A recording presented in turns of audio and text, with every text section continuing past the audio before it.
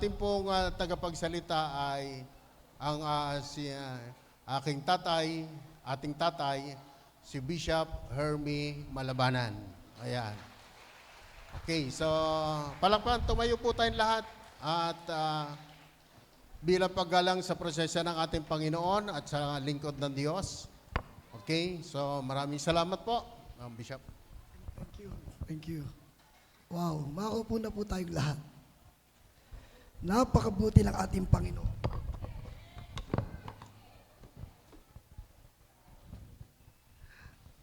Praise God. Pastor Leo, ako ay napagpala din sa mga kabataan natin. Katunayan ay actually, mga kapatid, tayo ay nagdiriwang ng 26th year. Alam mo, 26 year ng katapatan ng ating Panginoon. Alam niyo po, ang Grand Harvest Christian Ministries International, ito po ay isang church na tinawag ng Panginoon upang magdala ng magandang balita sa mga tao. Nung ito po ay dalhin dito sa Calapan, doon pa nga sa bayanan, hindi mo aakalain na ito ay lalago ng ganitong kalago. Na meron na tayong hindi lang sa Calapan, kundi maging sa Pola, sa Puerto Galera, sa Bansud, at sa iba pang mga lugar. Alam niyo po, gusto ko lang sabihin sa ating lahat na ito pong ating gawain sa pangunguna ni Pastor Leo at Pastora Maggie at ng kanyang family kasama ng core. Hindi po ito madaling nangyari na ganito. Maraming sakripisyo. Marami pong mga pinagdaanan.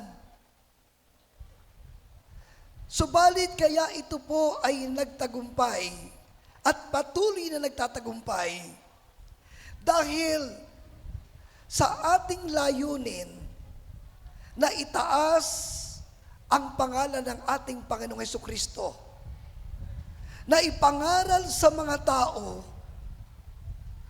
na walang makapagbabago ng buhay maliban sa ating Panginoong Hesus. Yung pong mga kabataan na nakita natin, wala yan dati. Siguro sila'y nasa iba't ibang uri ng pamumuhay, pero wala sa Panginoon.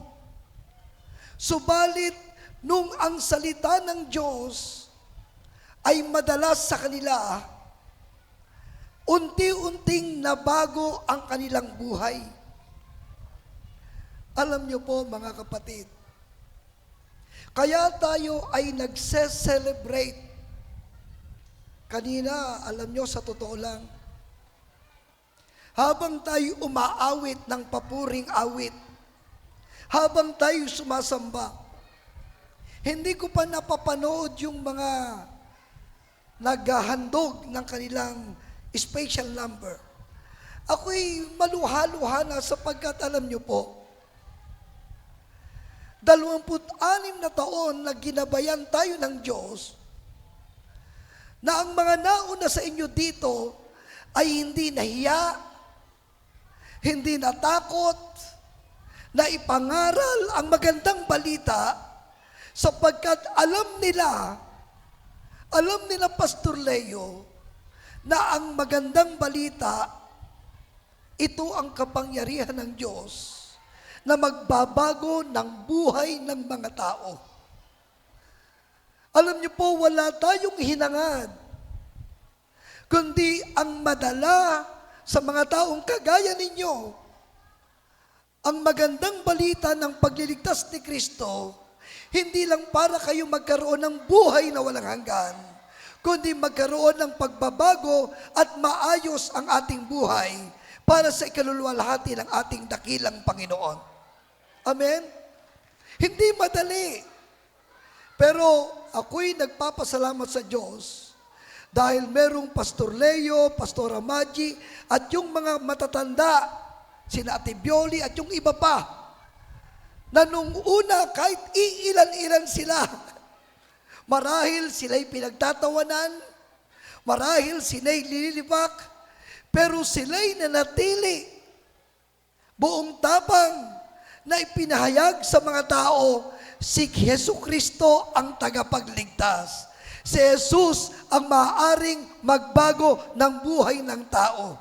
At siya lamang ang makakahango sa atin, sa ating lusak na kalalagayan. Kaya, alam nyo, ang celebration na ito, para sa akin ito ay talagang tunay na celebration. Amen? Napakabuti ng ating Panginoon. Kaya minsan pa, Pastor Leo, Pastor Amaji, at sa core, sa leadership ng Grand Harvest Calapan, congratulations. Congratulations talaga. At ako'y nagtitiklara na lalo pang lumawak ang gawain na ipinagkatiwala sa inyo ng Panginoon at marami pang mga kaluluwa ang tumanggap ng magandang balita at sila din ay maligtas. Katunayan, mga kapatid, tayo ay nasa huling panahon na. Katunayan, pasama na ng pasama ang panahon. Malapit nang dumating ang ating Panginoong Hesus Kristo. Kaya dapat talaga ang mga panahon ito'y gugulin na natin sa pagpapahayag ng magandang balita ng pagliligtas ng ating Panginoon. Amen? Hallelujah! Purihin ang ating Panginoon. At ngayon, sa atin pong pagdiriwang, kayo po ay mayroong napakagandang tema. At ayan ay rising up, moving forward. Wow! Pakisabi nga, rising up, moving forward. Ang sabi sa Isaiah 40:31, ito ang ating talata. Sabi diyan ay, ngunit muling lumalakas at sumisigla ang nagtitiwala kay Yahweh. Lilipad silang tulad ng mga agila. Sila'y tatakbo ngunit hindi mapapagod. Sila'y lalakad ngunit hindi manghihina. Alam nyo, habang ito'y aking pinagbubulay-bulayan, nakikita ko rin, nakikinikinta kung paano kayo na dumaan sa mga pagsubok, pero kahit na kayo'y nasa may pagsubok, hindi kayo bumibitaw. Kayo ay patuloy na naglilingkod.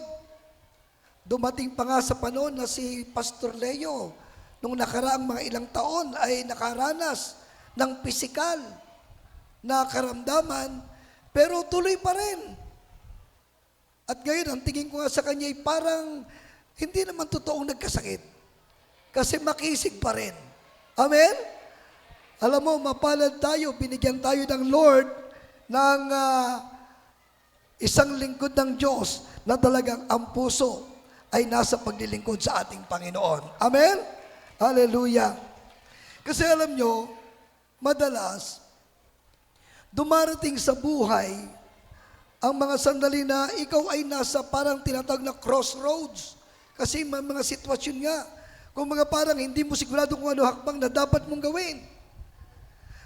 Minsan, tinatawag ng Diyos ang kanyang mga anak na sumulong kahit na ang daan ay hindi malinaw, para bang nakakatakot o imposible.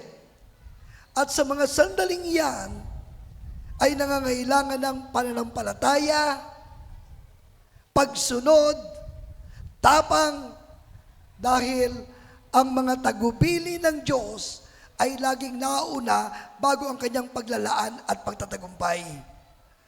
Alam mo, kanina habang nagpe-present ang mga kabataan, damang-dama ko ang provision, damang-dama ko ang victory na ibinigay ng Panginoon sa iglesyang ito. Amen? Hallelujah! Ngayon, doon po sa Exodus chapter 14 verse 15, ay gusto kong mag-share patungkol dito sa ating temang rising up, moving forward. Kasi alam niyo po, yung mga Israelita nung panahon ni Moises, sila ay natrap. Sila ay naglalakbay palabas ng Egypt, papunta sa lupang pangako. Kaya lang ang problema, walang daan. Kasi dagat na pula. Malalim yun. Mamamatay sila doon. At nung sila'y nakaharap na sa dagat na pula, dead end sa natural. Sa likod naman nila ay humahagibis ang mga kabayo at mga karwahe ni Paraon at sila ay tutugisin. Nandun sila. Pero alam nyo ba, may sinabi ang Diyos sa kanila. Exodus 14 verse 15. Sinabi ni Yahweh kay Moises, bakit mo ko tinatawag? Palakarin mo ang mga Israelita. Kumbaga, move forward. Humayo kayo. Alam nyo po, kaya napakahalaga ang pananampalataya. Sinabi ng Diyos, humayo kayo. Dead end. Paano sila hahayo? Dagat. Alam nyo, ang pananampalataya sa direksyon ng Diyos ang naglagay sa kanila sa lugar para sa supernatural na pagliligtas ng Diyos. Sipin niyo yun. Yung kanilang pananampalataya doon sa direksyon ng Diyos ang naglagay sa kanila sa lugar para sa supernatural na pagliligtas ng ating Panginoon. Now, ang ating tema, rising up, moving forward. Alam mo, nung aking tiningnan yan, sa Tagalog, pwedeng sabihin nating bumangon at sumulong. Amen? Pero nung aking tinitingnan yung inyong tema, yung inyong teksto, ang nakita ko ay yung bang pag sinabing rising above, moving forward ay lumalagpas sa pagsubok, sumusulong sa pangako. Wow! So, tinan nyo mga kapatid, kayo ay sinabing rising above, lumalagpas sa pagsubok. Nandiyan ang pagsubok, pero nilalampasan nyo. And then, sumusulong sa pangako ng ating Panginoon.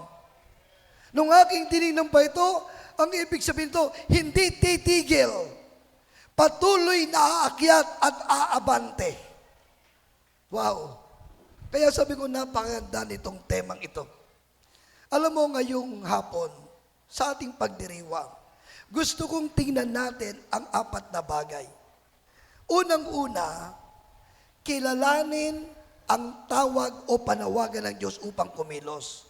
Nung ibigay ng Panginoon sa inyong pastor at sa leadership ang tema na ito, I believe may panawagan ng Diyos na huwag kayong tumigil sa paglilingkod. Kayo ay magtuloy-tuloy.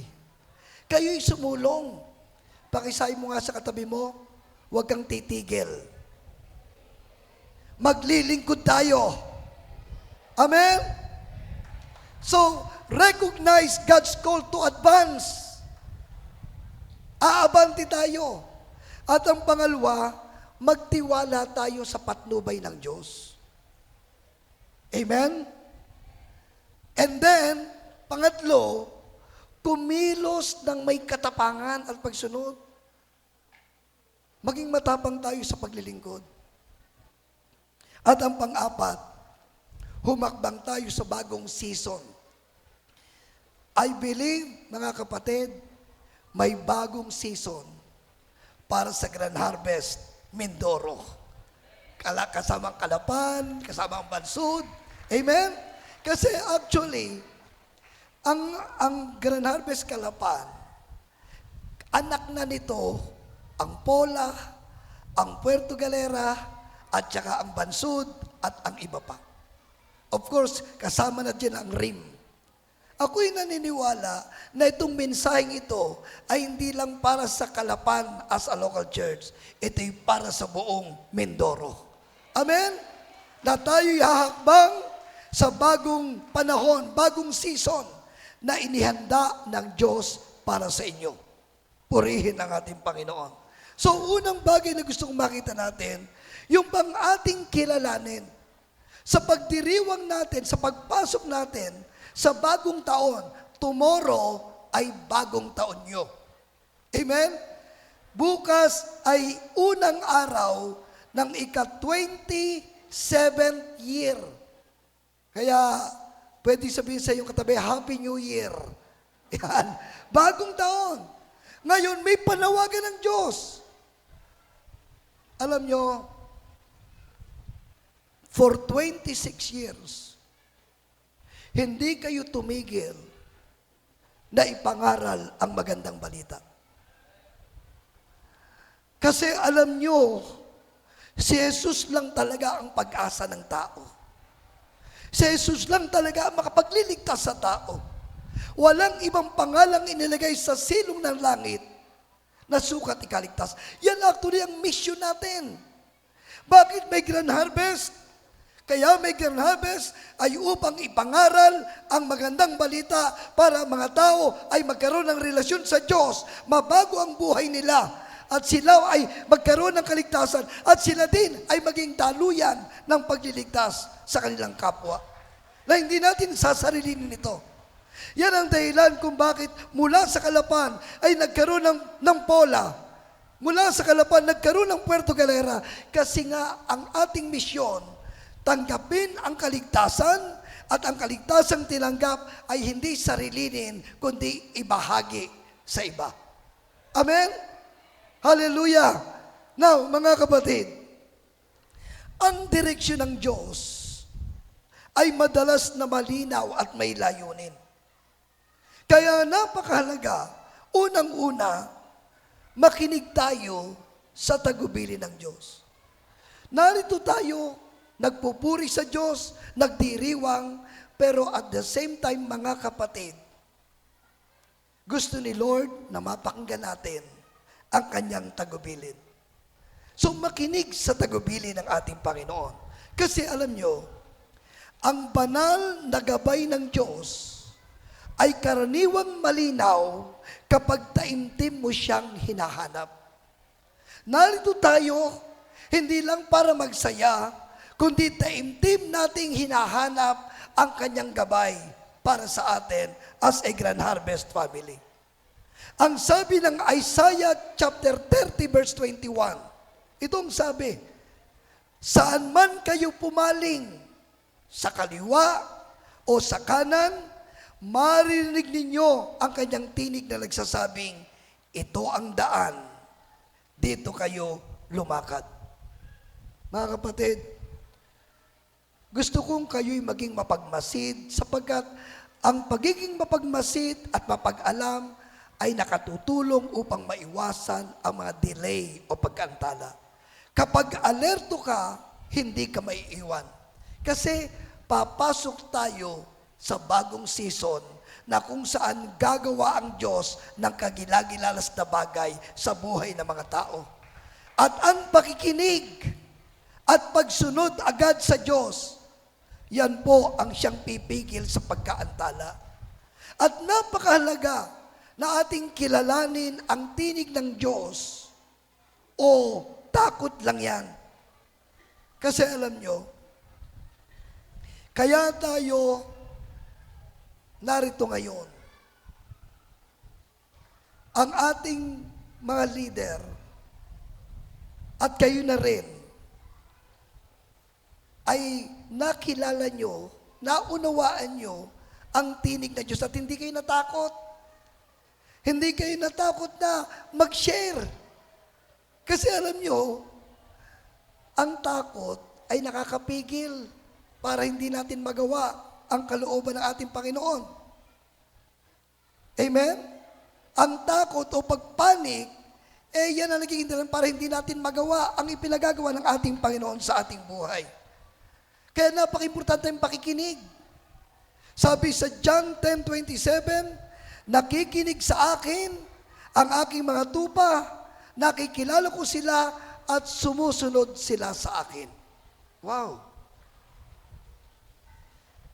Nakikinig sa akin ang aking mga tupa. Ang nagsasalin nito ang ating Panginoon. Amen? Kaya, ngayong hapon, gusto kong maintindihan natin, may panawagan ang Diyos sa Grand Harvest Calapan o sa Grand Harvest Mindoro na tayo'y kumilos. Amen? Na tayo ay humakbang. At napakalagang ito'y ating ma-discern. Kasi kapag ikay may discernment, pag alam mong ito nga ang sinasabi ng Lord, na hindi tayo manatiling tagaupo lamang, hindi tayo manatiling tagapakinig lamang, alam niyo po, kapag ikaw ay may discernment, susunod ka sa ating Panginoon. Hindi ka mababahala, hindi ka matatakot. At ang tamang pang-unawa sa gabay ng Diyos ay nagbubunga ng pagsunod. At hindi lang yon. Kasama dito ang pang-unawa sa timing. Pagkaunawa sa tamang panahon. Alam niyo po, madalas na tinatawag ka ng Diyos na sumulong sa tamang panahon, pero hindi ibig sabihin ay parang maginhawa sa atin. Alam niyo ba, nung sumunod si Pastor Leo, ang inyong pastor,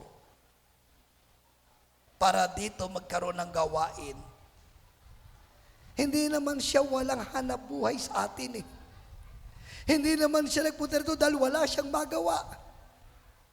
Katunayan, meron na siyang pamilya. Meron siyang responsibilidad. Pero alam niya kahit hindi madali, pagdating dito, wala namang ipinangako sa kanya na magandang bagay na nakikita. Pero alam niya na yon ay timing ng Diyos. Kaya pumunta siya, isinama pa niya, idinamay pa niya ang kanyang pamilya sa isang lugar na hindi niya alam kung ano mangyayari. Pero I believe, hindi man maipaliwanag ni Pastor Leo, pero alam niya sa kanyang puso, timing yon ng Diyos. Amen? Bakit natin nasabing timing yun, Lord? Itong araw na ito ay isang ganap na patotoo na tama ang kanyang desisyon na humakbang. Hindi siya natakot. Na-discern niya. At yan ang aking dalangin sa ating lahat.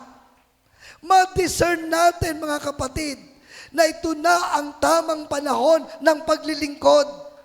Ito ang tamang panahon ng pagbibigay ng buhay para ipahayag ang magandang balita kahit may problema tayo.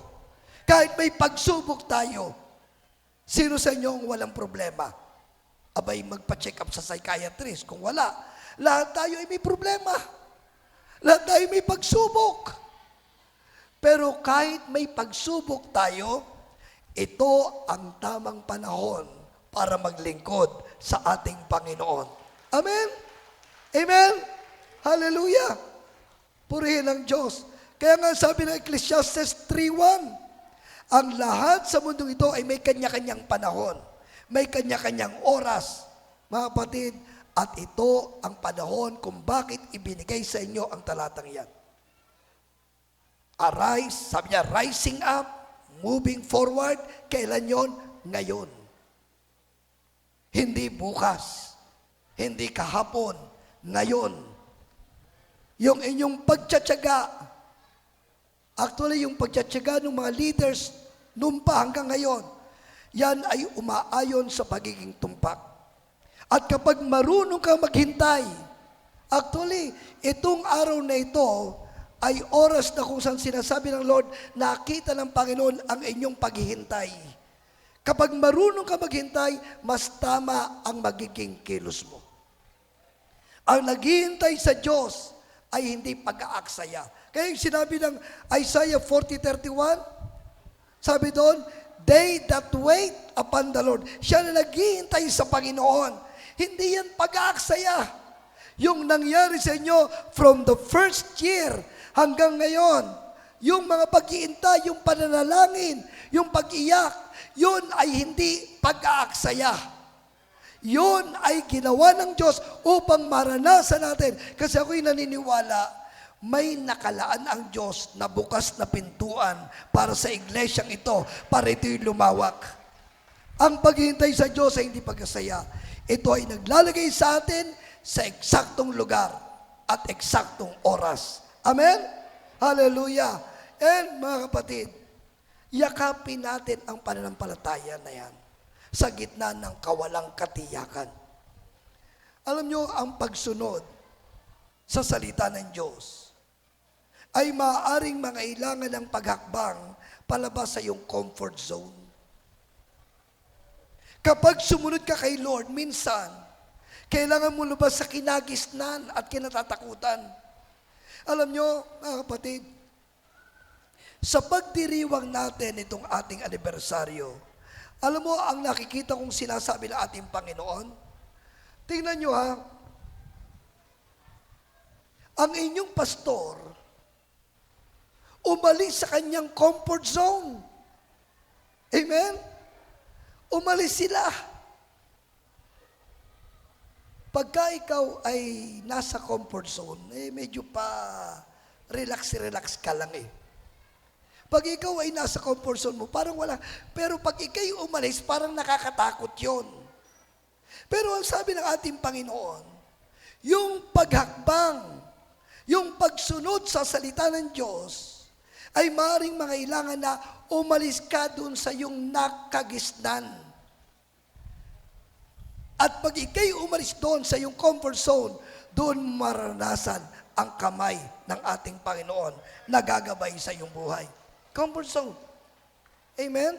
Kaya, ang sabi ng Bible kay Abraham, Hebrews 11:8, dahil sa pananampalataya, sumunod si Abraham nang siya'y utusan ng Diyos upang pumunta sa isang lupaing ipinangako sa kanya. Sumunod nga siya kahit hindi niya alam kung saan siya pupunta. Alam ba kung bakit nagkaroon ng ganitong gawain? Kasi merong sumunod. May humakbang iniwan ang kanyang maayos na buhay, iniwanan ang kanyang comfort zone, pumunta sa isang lugar na hindi niya alam kung ano mangyari sa kanya. Pero ano nangyari? Naandun ang biyaya at pagpapala ng ating Panginoon. Ganun din dito sa Kalapan as a church. Ako'y naniniwala, mga minamahal, na mayroong bubuksan na bagong pintuan ang Diyos sa iglesyang ito. Ang kailangan lang tapang. Alam mo, yung tapang, yan ang nag-i-ensure ng victory. Kapag matapang kang sumunod kay Lord, may breakthrough na darating. Amen? Ako'y naniniwala, dinadala tayo ng Lord sa magitan ng inyong mga leaders na humakbang, umalis sa ating comfort zone. At pag tayo merong courage, may tapang na gumawa noon, kapatid, mamamangha ka sa gagawin ng ating Panginoon sa ating iglesia. Amen? Tignan nyo ha, ang isang napakitang example niyan. Si Moses, sumunod siya sa instruction ng Diyos na tumawid doon sa Red Sea. Kahit na nakita lang merong imminent danger, may panganib. Pero naranasan nila ang kapangyarihan ng Diyos. Basahin natin. Sabi sa Exodus 14 verse 15, sinabi ni Yahweh kay Moises, bakit mo ako tinatawag? Palakarin mo mga Israelita. Itapat mo sa ibabaw ng dagat ang iyong tungkod. Mahati ang tubig at matutuyo ang lalakaran ninyo. Lalo kung pagmamatigasin ang mga Ehipsyo at pasusundan ko kayo sa kanila. Ngunit, hindi ko sila lilipulin. Ang mga Ehipsyo, ang mga kawal ng Faraon, pati ang kanilang mga karawahe. Ipapakita ko sa Faraon at sa kanyang hukbo ang aking kapangyarihan. Sa gayon, malalaman ng mga Ehipsyong yan na ako si Yahweh. Ang anghel ng Diyos na pumapatnubay sa paglalakbay ng mga Israelita ay nagpahuli sa kanila, gayon din ang haliging ulap. Ang ulap ay lumagay sa pagitan ng mga Israelita at mga Ehipsyo. Madilim ang panig ng mga Ehipsyo, maliwanag naman sa mga Israelita. Dumating ang gabi at ang mga Ehipsyo ay hindi makalapit sa mga Israelita. Itinapat ni Moises ang kanyang tungkod sa ibabaw ng dagat. Magdamag na pinahip ni Yahweh ang isang malakas na hangin mula sa silangan at nahati ang tubig. Ang mga Israelita ay tumawid sa dagat na ang nilakaray ito yung lupa sa pagitan ng tubig na parang pader. Tingnan niyo yung kwento na yan. Imposible. Pero ang sabi ng Panginoon, magtiwala ka. Itaas mo ang iyong tungkod. At alam niyo, nung may taas, namangha sila. Nahati, imposibleng mangyari yon.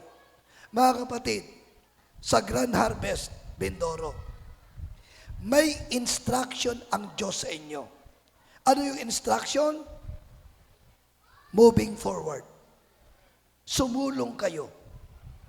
Yung iba sa inyo, maring, kaya ba natin yun? Baka baka ganito, baka ganyan. Pero mga kapatid, gusto kong sabihin sa inyo, ang Diyos ay nangungusap sa inyong mga leader. Lalo na sa inyong pastor.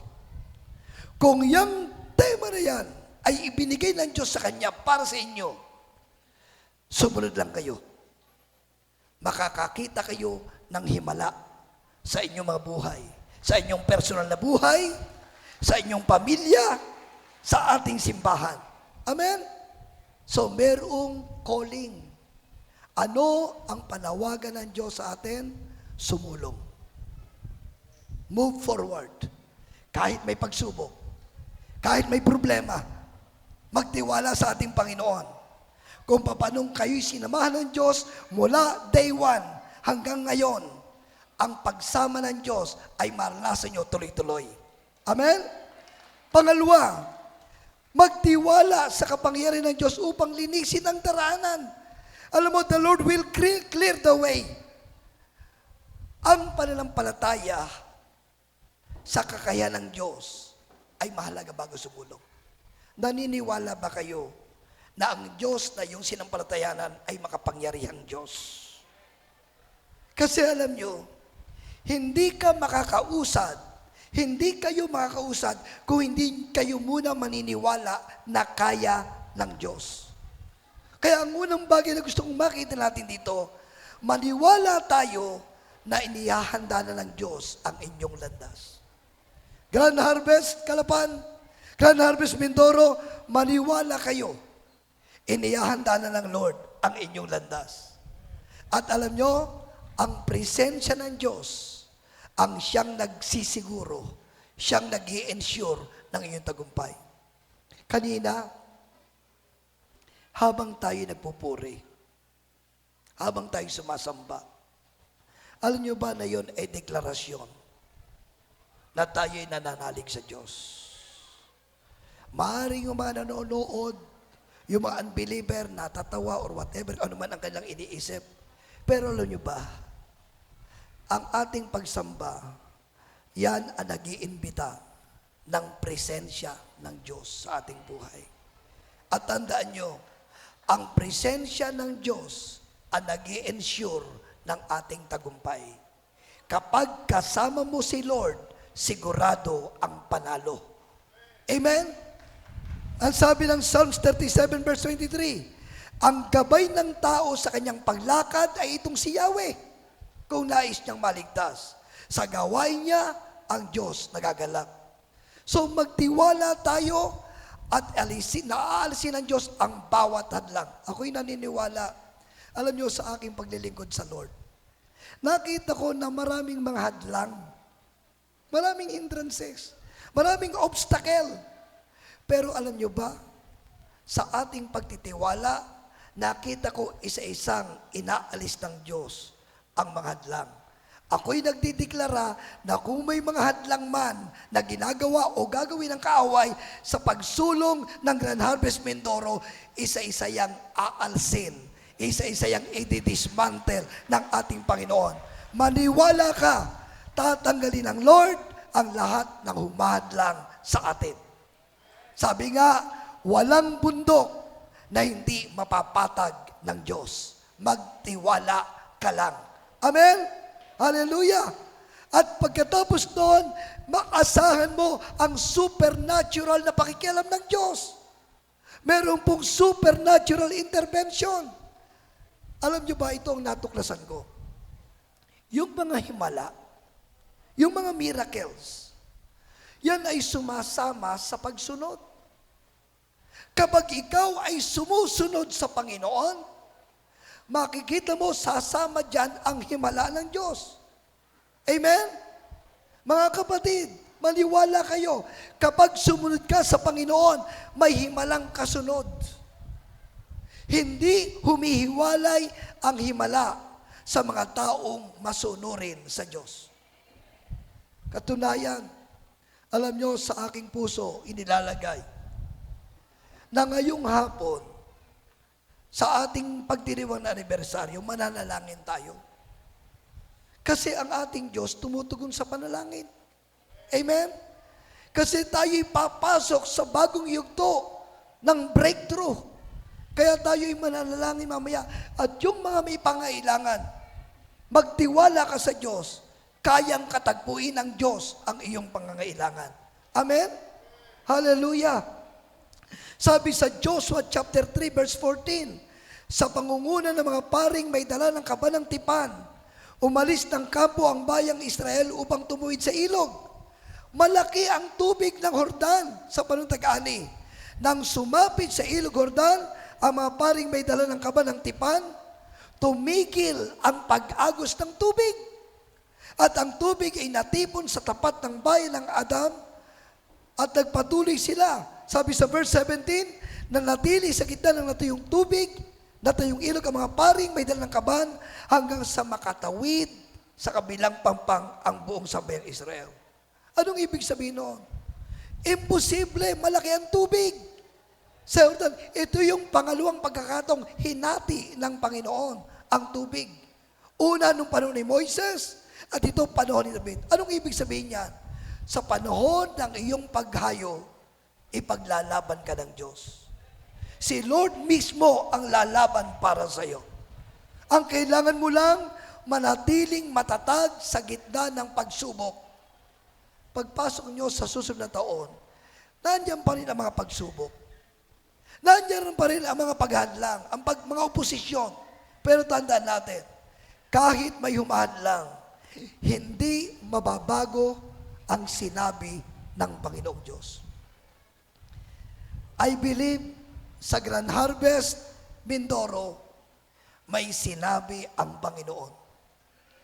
Kahit anong oposisyon, kahit anong paghadlang ang gawin ng kaaway, hindi mababago ang sinabi ng Panginoon. Hindi mapipigil ng kaaway ang pangako ng Diyos sa buhay mo, sa buhay natin, kung may sinabi ang Lord. Kaya nga nasabi ni Pablo sa Philippians 4:13, ang lahat ng ito'y magagawa ko dahil sa lakas na kaloob sa akin ni Kristo. At alam mo yung tiwala na yan, yung confidence, yung pagtitiwala, yan ang nagpapagana ng biyaya ng Diyos. Kapag nagtiwala ka kay Lord, binubuksan niya ang pinto ng pabor. Mga kapatid, hindi natutulog ang pabor ng Diyos sa taong may pananampalataya at tapang. Kaya yung confidence, ngayong pagpasok natin sa bagong taon, magkaroon tayo ng tiwala. Kasi yung tiwala na yan, yan ang nag-activate ng divine favor ng ating Panginoon. At huwag tayo sa sarili nating lakas magtiwala sa Panginoon.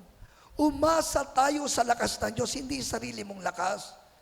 Kasi alam niyo po, may hangganan ang kakayanan ng tao.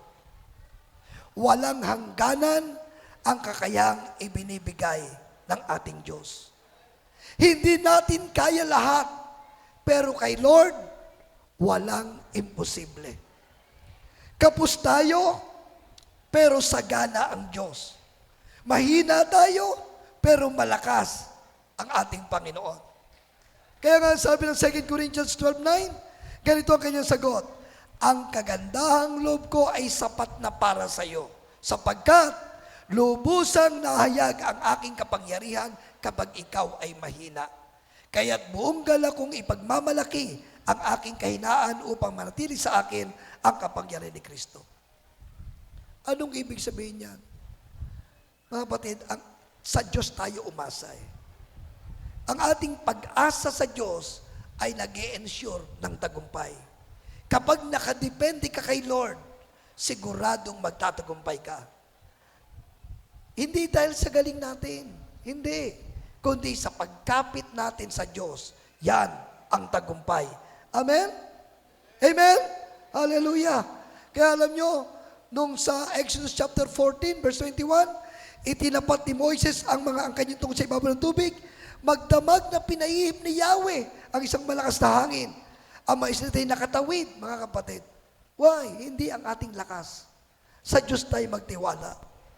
Pag sinabing rising up, moving forward, sa Diyos tayo magtiwala, gagawa ang Diyos sa ating mga buhay. Amen? And pagkatapos nito, tayo'y kumilos na may katapangan. Let us move. Anong ibig sabihin? Alam mo itong na-observan ko. Doon sa ating tema sa anniversary, sa May, sa ating 41st anniversary, John 15:16. Ano sabi ng John 15:16? Hindi kayo ang pumili sa akin. Ako ang pumili sa inyo upang kayo humayo, mamunga, at manatili ang bunga. At kung magkagayon, anuman ang hilingin nyo sa Ama sa aking pangalan, ay ipagkakaloob sa inyo. Alam nyo, may tagubilin si Lord eh. Huwag tayong matakot, humayo tayo. Actually, yan ang sinasabi ng yung tema eh. Yung moving forward, magpatuloy tayong mangaral. Magpatuloy tayong magpatotoo. Sabihin natin sa mga taong si Jesus ang kailangan nila. Alam mo, ang tagubilin na yan ay nangangailangan ng pagkilos upang matupad ang kanyang mga pangako. Anong pangako niya? Ano man ang hilingin nyo sa Ama, sa aking pangalan, ipagkakaloob. Ay, yung iba kasi, hingi ng hingi, hindi naman ginagawa yung ipinagagawa ni Lord. Alam mo si Lord, alam niya ang pangailangan natin. Kahit hindi mo hilingin, ibibigay niya yan. Kaya lang, ang nais niya kung ikay Kristiyano, ay dapat gawin mo ang ipinagagawa niya. Ano yun? Na tayo'y humayo. Tayo'y mangaral. Sabihin natin ang magandang balita. Kailangan mong sumunod muna kay Lord para matupad ang kanyang mga pangako. Parang ganito eh, hindi bababa ang pangako kung hindi tayo susunod sa instruction ng ating Panginoon. Kaya napakalaga niyan. Anong dapat natin gawin? Kumilos agad. Bukas, first day of your new year, huwag nyo nang i-delay. Mag-share na kayo ng gospel. Amen? Huwag nyo ikahiya. Kasi ang delay, it can limit breakthroughs. Ang pagkaantala ay maaaring humadlang sa mga pagtatagumpay. Kapag nagpatumpik-tumpik pa tayo, maantala ang ating mga breakthrough. Alam nyo, excited ako kasi alam ko na inihanda na ni Lord ang mga breakthrough, ang mga pagtatagumpay sa atin. Kailangan lang humakbang tayo. Amen? Kaya habang ako'y naghahanda sa message na ito, ang ipinakikita lang sa akin is more of action. Hindi kayo manatiling taga-upo lang. Amen? O pagkalinggo, nakaupo kayo dyan. Pero pag Lunes hanggang Sabado, kayo ay nag-share ng mabuting balita. Amen? Sabi ng Proverbs 6:4, huwag kang titigil. Huwag kang maglulubay. Huwag kang iidlip hanggang walang kalayaan. Alam niyo po, yung timely obedience, yung napapanong pagsunod, nagpapalaya ng pabor. I declare favor of God be upon it. So, you have to move. You have to step out in faith. Hakbang ng may pananampalataya. Kasi alam niyo po, mga kapatid, tingnan niyo ang inyong katabi. Sabi mo sa iyong katabi, hindi ka na bata. May edad ka na. Yan. May edad ka na sa pananampalataya. Alam mo, kung tayo may edad na sa pananampalataya, dapat hindi na tayo manatiling walang kilos. Alam nyo ba, ang ating pagkilos, ang ating paghayo ay pagpapakita ng pagtitiwala sa ating Diyos. Kapag kumilos ka sa pananampalataya, ipinakikita mong nagtitiwala ka sa ating Panginoon. Hindi sapat ang salita lang. Ang tunay na tiwala may kasamang paghakbang. Amen? Amen? James 2:17. Hindi ba't sila rin ang lumalahit sa marangal na pangalang binibigay sa iyo ng ating Diyos? So alam niyo po, ang pananampalataya dapat mayroong gawa. Hallelujah. And then sumunod tayo sa divine strategy. Sabi ng Isaiah 55:8, ang sabi ni Yahweh, ang aking kaisipay hindi nyo kaisipan. Ang inyong kaparaanan ay hindi ko kaparaanan. Kung paano ang langit ay mas mataas kaysa lupa, ang aking kaparaanan ay higit kaysa inyong kaparaanan, at ang aking kaisipan ay hindi maabot ng inyong kaisipan. Alam nyo, mga minamahal, sa ating pagdiriwang ng anibersaryong ito, alam mo, ang laging sinasabi nyo sa akin, sabihin mo sa kanila, obedience. Sumunod lang tayo. Kaya ng Panginoon patunayan sa atin na kayang ayusin ang ating mga buhay. Sumunod lang tayo. Magtiwala lang tayo. Humakbang lang tayo ng may pagtitiwala kahit hindi natin naiintindihan. Amen? Amen? Kung yan ay sinabi ng Diyos, kahit hindi mo naiintindihan, sumunod ka lang. Kasi kapag may pagsunod, siguradong magtatagumpay ka. Hindi sa galing mo ang tagumpay, kundi ito ay sa iyong pagsunod. And panatilihin mo ang pagtsatsaga. Kasi ang katatagan ay nagsisiguro na manatiling bukas ang daan at dadaloy ang mga pagpapala ng Diyos sa ating buhay. Sabi ng Galatians 6:9, kaya't huwag tayong mapagod sa paggawa ng mabuti sapagkat pagdating ng takdang panahon, tayo iaani kung hindi tayo mapapagod. Amen? And lastly, mga kapatid, panghuli, expect transformation and breakthrough. Asahan ang pagbabago at pagbubukas ng pintuan. Moving forward, yan po ay isang pagsunod na nagpupusin sa sayo. Pag ikay sumunod, yung moving forward, ipinuposisyon mo ang iyong sarili sa supernatural results. At makikita mo yung mga balakid ay magiging mga opportunities. Kayang baguhin ng Lord yan. Kaya, mga kapatid, sa pagpasok natin sa bagong taon, mag-expect tayo ng mga bagong bagay na gagawin ng Diyos sa ating iglesia. Amen? Alam nyo, nung humakbang ang inyong pastor na magpatayo ng simbahan dito sa Santa Isabel, may mga nag-isip, naku, malayo sa bayan. Naku, mahirap puntahan. Di ba? Makikita natin doon, pag may pagbabago, minsan parang ang hirap unawain. Pero tingin ko, nung maitayo niyo simbahan, lahat kayo nag-i-enjoy. At hindi mahirap puntahan. At kayo ay masayang-masayang nagpupuri sa Panginoon sa lugar na yon. Amen? Di ba? Pero nung una, kaya ba natin yun? Ang hirap puntahan. Mga kapatid, gusto ko lang sabihin sa inyo, yun ay isang maliit lang na patotoo na yung bagong bagay, pag ginawa ng Diyos sa inyo, hindi ito magiging mahirap, kundi ito yung magiging kagalakan at magiging parang pride sa inyo. Wow, binigyan kami. Yan ay patikim lamang. I am declaring, may bago pang bagay na ibibigay ang Lord sa inyong simbahan. Just expect. Expect.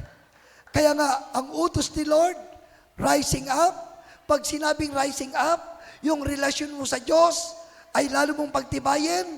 Amen?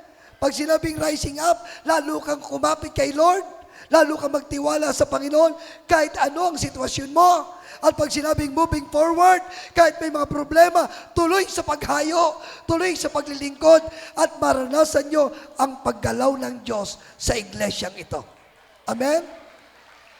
Ako ay excited na next year, meron kayong bagong patotoo.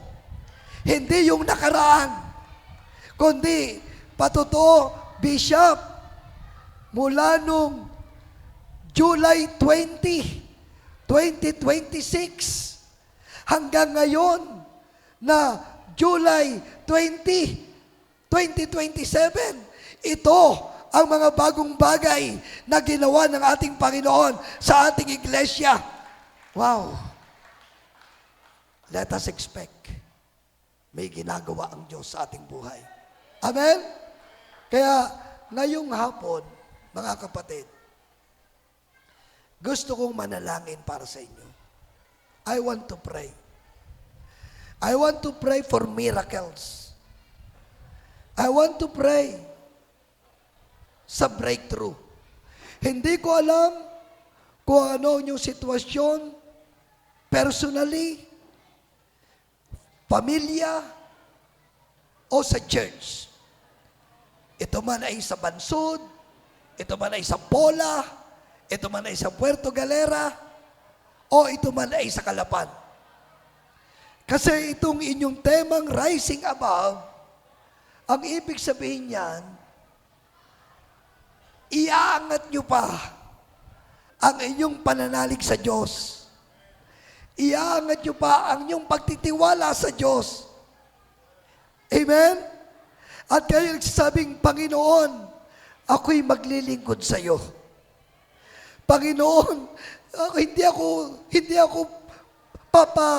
hindi ko hayaang mapatigil ako nitong aking sitwasyon.